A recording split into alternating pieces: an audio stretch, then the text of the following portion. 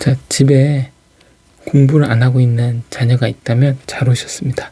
분명히 이 영상이 도움이 될 거라고 생각을 합니다. 저는 부모는 자식을 도와주는 입장이 되어야 된다고 생각을 합니다. 부모가 자식을 이끌고 가려고 하다가는 공부 정서를 망치기가 쉽기 때문이죠. 공부 정서를 먼저 이렇게 들여다보기 전에 우리는 인간의 심리를 알 필요가 있는데요. 우리 모두는 남이 시킨 것보다 자신이 선택한 거를 하고 싶은 그런 심리를 가지고 있습니다. 예를 들어 볼게요. 만약에 다이어트를 하고 싶은 그런 이제 사람이 있다고 쳐봅시다. 근데 이 사람이 다이어트를 하기 위해서 지금 노력을 하고 있는데 옆에서 막 자꾸 너 이거 먹으면 안 돼. 너 오늘은 몇 킬로 빠졌니? 이런 식으로 얘기를 하면은 그게 과연 다이어트에 도움이 될까요? 아마 도움이 되지 않을 겁니다. 그리고 또 다른 우리 인간의 습성 중에 하나가 우리 모두는 본인이 못한다고 느끼는 거는 피하는 습성이 있습니다. 저 같은 경우는 체육을 좀 싫어해가지고 이 체육 시간이 참 곤욕스러웠어요. 그래서 체육 시간에 몰래 숨어 있기도 하고 그랬거든요. 그러니까 자연스럽게 잘하지 못한다고 느끼는 것들은 피하게 되는 그런 습성이 누구나 다 있는 것 같습니다. 그리고 또 한 가지 말씀드리고 싶은 거는 어떤 사람도 관심사가 없는 그런 사람은 없다는 겁니다. 그러니까 누구나 관심사 하나 정도는 가지고 있는 거죠. 예를 들면 제 자녀 같은 경우는 핵폭탄에 최근에 관심이 생겨서 거기에 관련된 책들을 좀 많이 보고 있더라고요. 그래서 다시 말씀드리면 우리 사람 이 공부 정서를 망치는 요인이 여러 가지가 있는데 이걸 살펴보기 전에 먼저 공부 정서 또한 감정이기 때문에 이 심리들을 한번 확인할 필요가 있다는 거죠.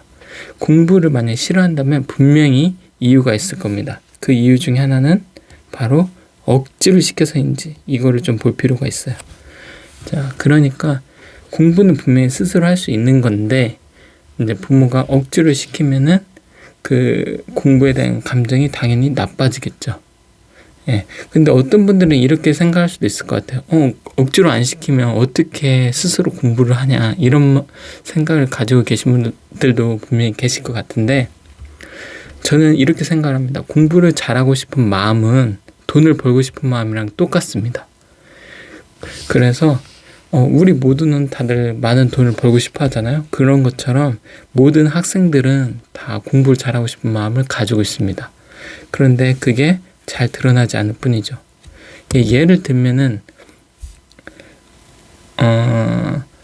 욕심이 적은 걸로 포장하는 경우도 있어요. 그러니까 나는 원래 공부에 대한 욕심이 없어 이런 식으로 이제 스스로 포장하는 경우가 있는데 이거는 회피일 가능성이 높습니다. 예. 그래서 이런 것들을 잘 눈여겨보는 게 필요하고요. 두 번째로는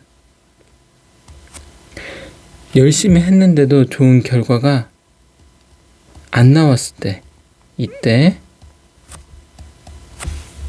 공부를 싫어할 수 있습니다. 그러니까 이렇게 좋은 결과가 안 나왔을 때는 부모가 해야 될 거는 결과보다 과정을 인정을 해주는 거죠. 예.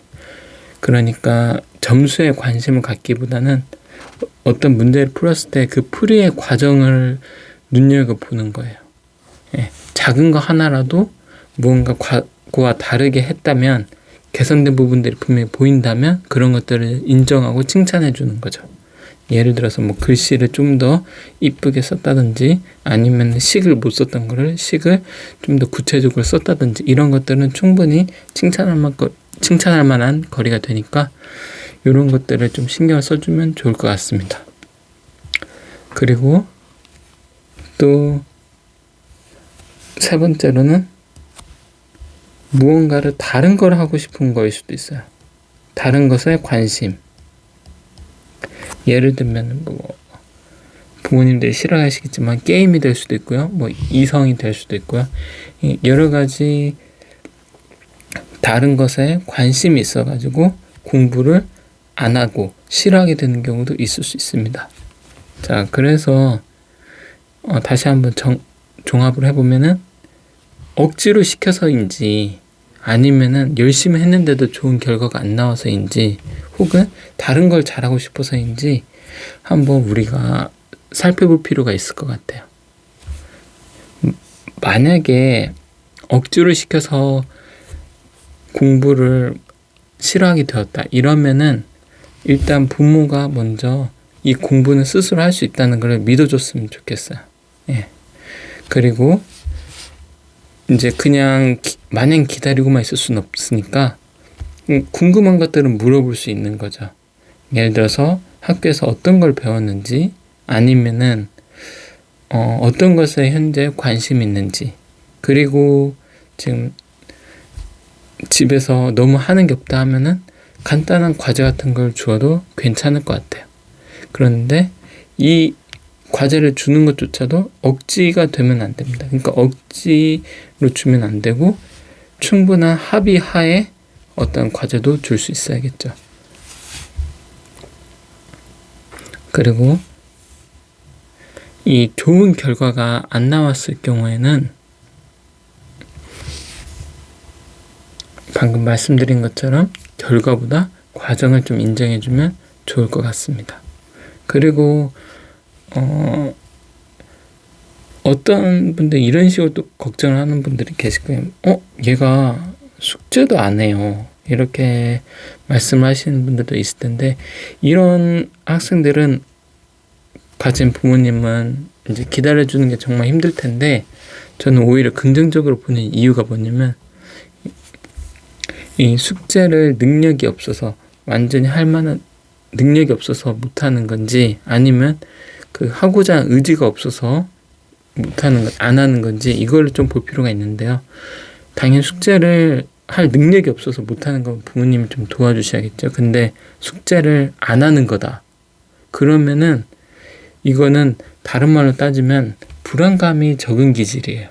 그러니까 이걸 달리 말하면 자신감이 있다는 거죠. 나는 나중에도 잘할 자신 있어. 나는 공부 아니어도 무언가 잘할 자신 있어. 이러한 자신감이 있는 경우가 꽤나 많아요. 그래서 믿고 기다려준다면 스스로 분명히 잘할 거라고 저는 생각을 합니다.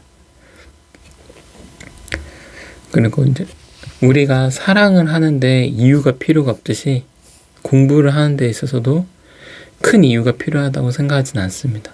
이 공부를 통해서 세상을 폭넓게 이해하고 세상에 필요한 걸 줄 수 있는 사람이 된다면 그 공부 자체는 충분히 의미가 있었다, 이렇게 볼 수 있을 것 같아요. 만약에 자식이 공부를 못할 거란 불안감이 있다면 그 불안감은 자식한테도 전염되고 있을 것입니다. 그러니까 불안해하지 않으셨으면 좋겠어요. 분명히 때가 되면 다 공부를 하게 됩니다. 그리고 각 사람에게 우리가 이제 어떤 사람들한테 느끼는 감정이 있듯이 공부에 대한 감정도 모두가 다 가지고 있습니다. 어떤 사람은 이 공부에 대한 감정이 나쁘지 않은 사람이 있고, 어떤 사람은 정말 소스라치게 나쁜 사람도 있는 거죠. 이 감정은 단순히 설명을 한다고 해서 쉽게 바뀌지 않아요. 그래서 제가 이 심리에 대한 걸 살짝 처음에 말씀을 드렸던 게 그 이유거든요. 그러니까 감정은 설명으로 바뀌지 않는다는 걸 꼭 기억하셨으면 좋겠습니다. 그러니까 누군가가, 내가 어떤 사람을 싫어하는데 누군가가 이 사람 괜찮아, 뭐 조건이 이러이러해서 좋아, 이렇게 말을 한다고 해서 싫어하는 사람이 갑자기 좋아지는 경우는 거의 없잖아요. 그러니까 이 감정은 설명으로 바뀌는 게 아니고 감정은 차근차근 녹아들어서 풀어줘야 되는 것 같아요. 이게 만약에 이 공부에 대한 감정이 되게 딱딱하게 굳어있었다면 차근차근 얼음 녹이듯이 녹아질 수 있도록 옆에서 기다리고 지켜봐 주셨으면 좋겠습니다.